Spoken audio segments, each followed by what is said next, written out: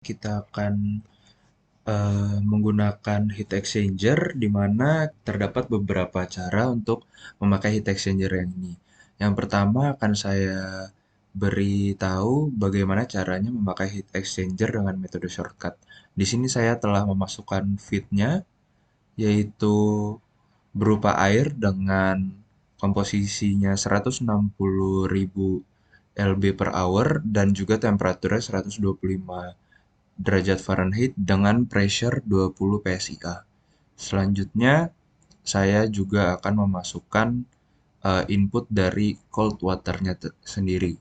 Untuk cold water-nya sendiri itu akan menggunakan temperatur sebesar 86 derajat Fahrenheit dan pressure yaitu 20 psia. Untuk komposisinya, kita menggunakan mass flow dengan satuan lb per hour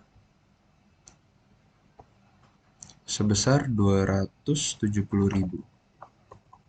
Baik, setelah itu kita akan lanjut ke heat exchanger-nya. Di heat exchanger-nya ini kita menggunakan metode shortcut dengan calculation mode-nya yaitu design, dan juga untuk minimum delta T dari approach-nya itu 1 derajat Fahrenheit.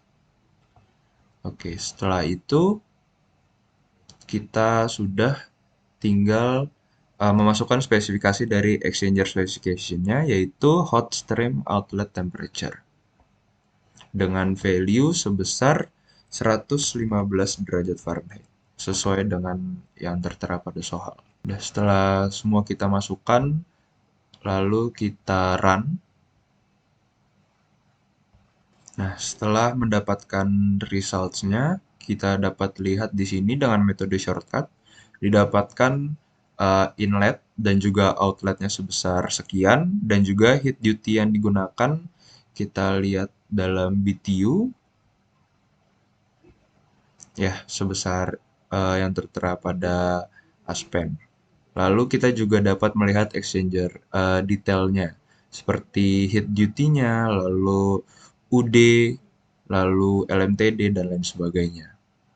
Selanjutnya saya akan mengajarkan juga bagaimana caranya untuk menggunakan heat exchanger dengan metode shortcut, tetapi modenya menggunakan mode rating. Nah, di sini saya menggunakan mode rating. Nah, setelah kita memasukkan mode rating di sini, selanjutnya akan kita lihat dari specification-nya ini, kita masukkan exchanger area-nya. Untuk exchanger area-nya ini bisa kita hitung dengan menggunakan perhitungan yang tertera pada buku Kern atau proses heat transfer. Di sini akan didapatkan areanya sebesar 376,896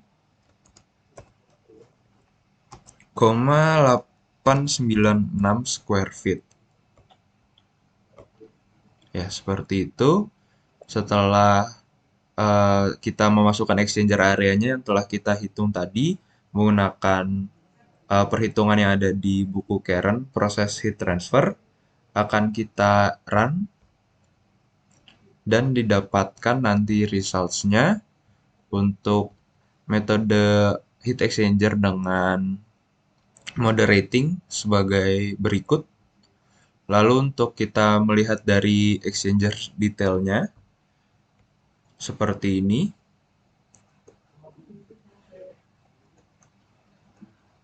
Oke, selanjutnya kita akan menggunakan metode dari shell and tube heat exchanger.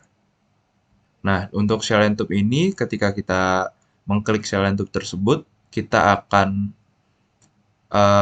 conversion methodnya menggunakan specify exchanger geometry. Selanjutnya kita langsung convert.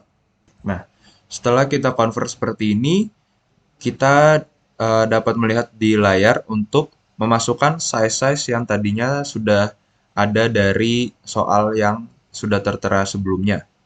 Untuk dari inside diameter dan outside diameter dari shell ini, kita menggunakan satuannya inci, yaitu sebesar 15,25 untuk inside diameter dan untuk outside diameternya itu 16.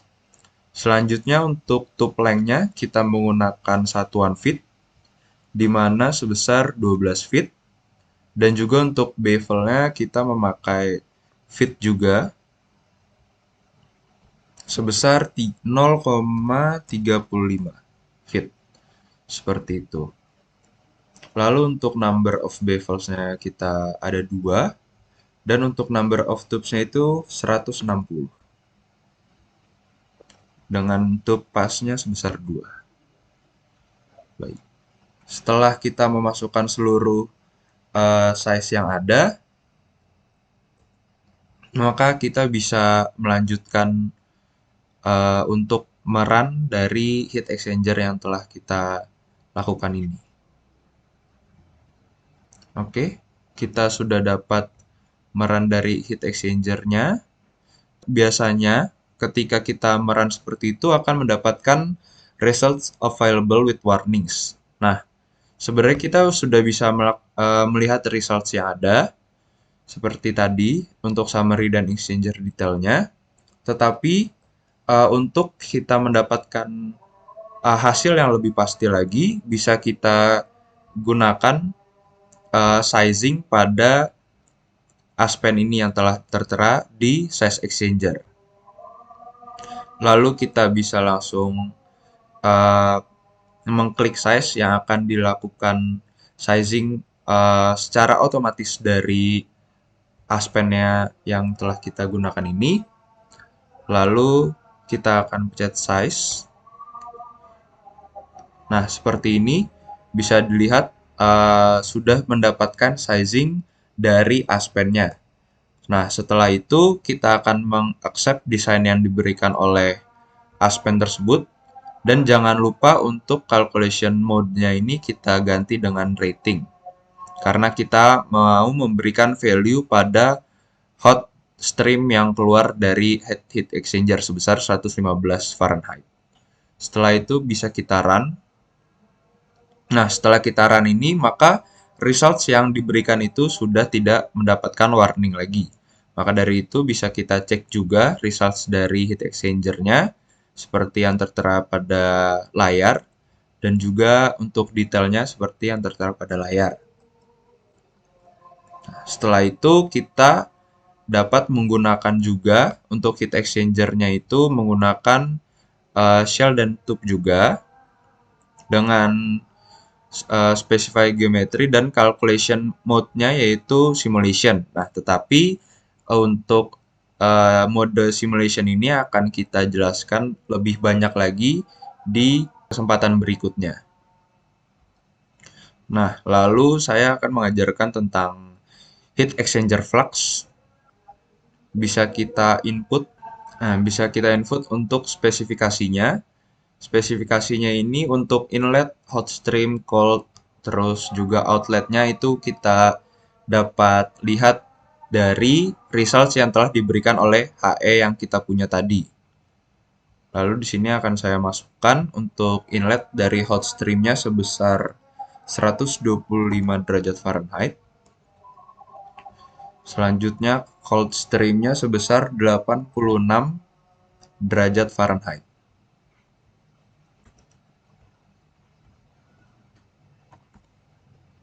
Untuk outlet dari hot streamnya sebesar 115 derajat Fahrenheit.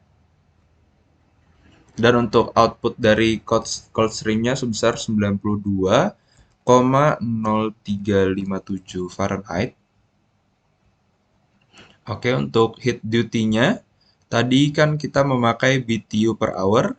Di sini didapatkan sebesar 1,61339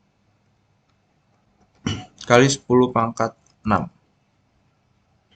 Dan untuk heat transfer parametersnya, kita tadi menghitung areanya dengan satuan yaitu square feet.